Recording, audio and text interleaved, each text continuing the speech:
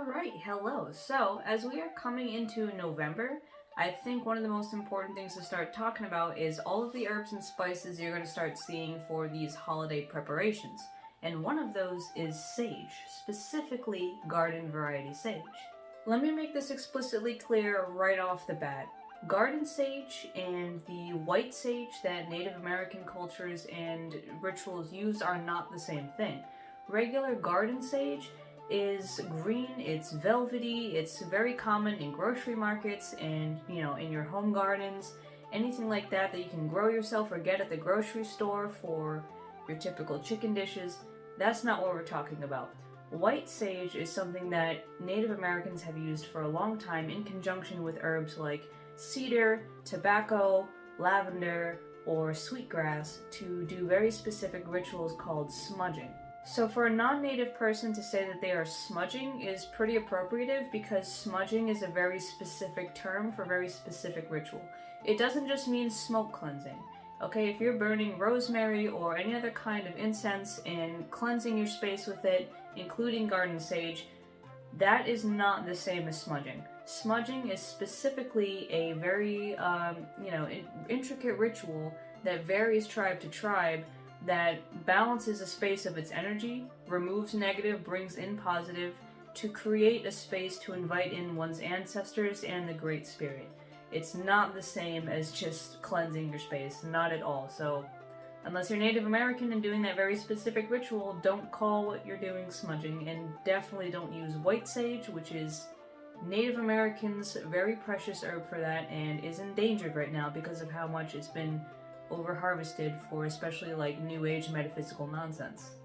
But now that all that has been squared away, let's talk about the actual origins of garden sage, which, believe it or not, come from the Mediterranean in Europe.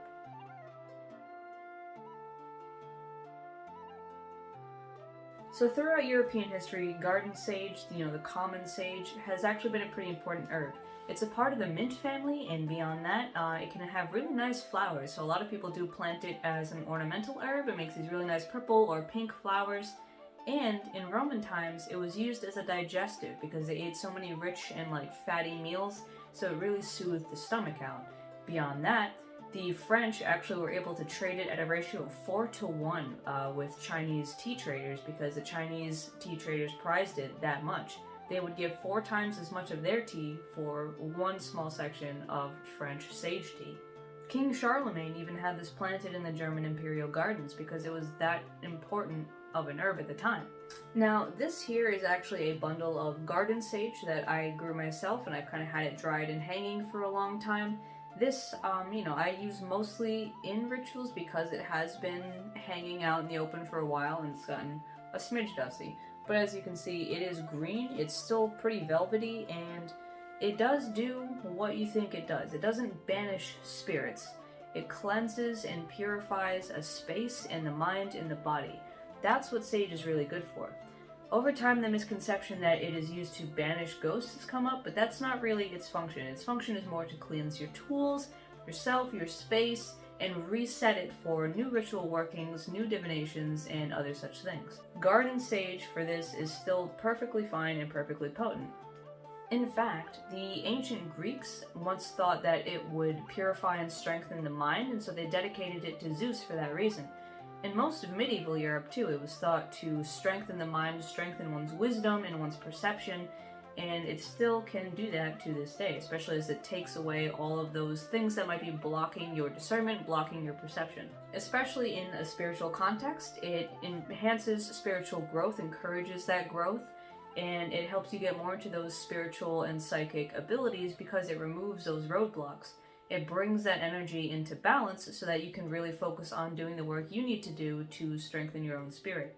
Now here's a bit of a disclaimer because you should never ever use herbal medicine to replace a doctor's recommendations or prescriptions.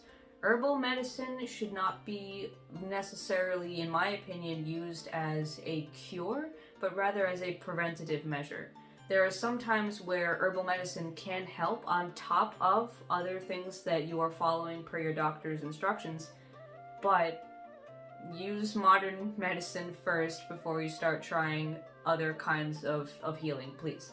That being said, Sage has actually been used for a very long time as an antiseptic and an astringent, and also to soothe the throat, heal ulcers, stop bleeding, and other such kinds of things. In fact, in Ricola's classic cough drops, the original traditional flavor, sage is listed as one of the several herbs used in the original cough drop blend. As a member of the mint family, it can kind of do something similar to mint, which is soothe the throat, soothe nerves as well, because mint itself has that menthe in it, which really is the main ingredient in a cough drop that soothes the throat. According to Anna Franklin, beyond just as, a cough drop or other things that we've seen before, you can also do infused honey with sage, so putting sage leaves in honey for a few weeks and then eating that honey to coat the throat and soothe it as an electuary. That's very powerful for that kind of healing. You can also make it as a tea, and especially a cold tea will help soothe the throat. And it can even help with hair growth and deodorizing if you massage some of the sage oil or sage tea into your scalp. It can kind of take away a lot of funky scents, it can preserve meat. There's a lot of uses for sage as a culinary and cosmetic and medicinal herb. And when we talk about food, this is really where I think any kind of credentials for herbal medicine are going to be the strongest, as a preventative measure, as something that you eat regularly. A thing that is a little concerning about a lot of food these days is that there's not a lot of complexity of flavor, which means there's not a lot of herbs and spices in it.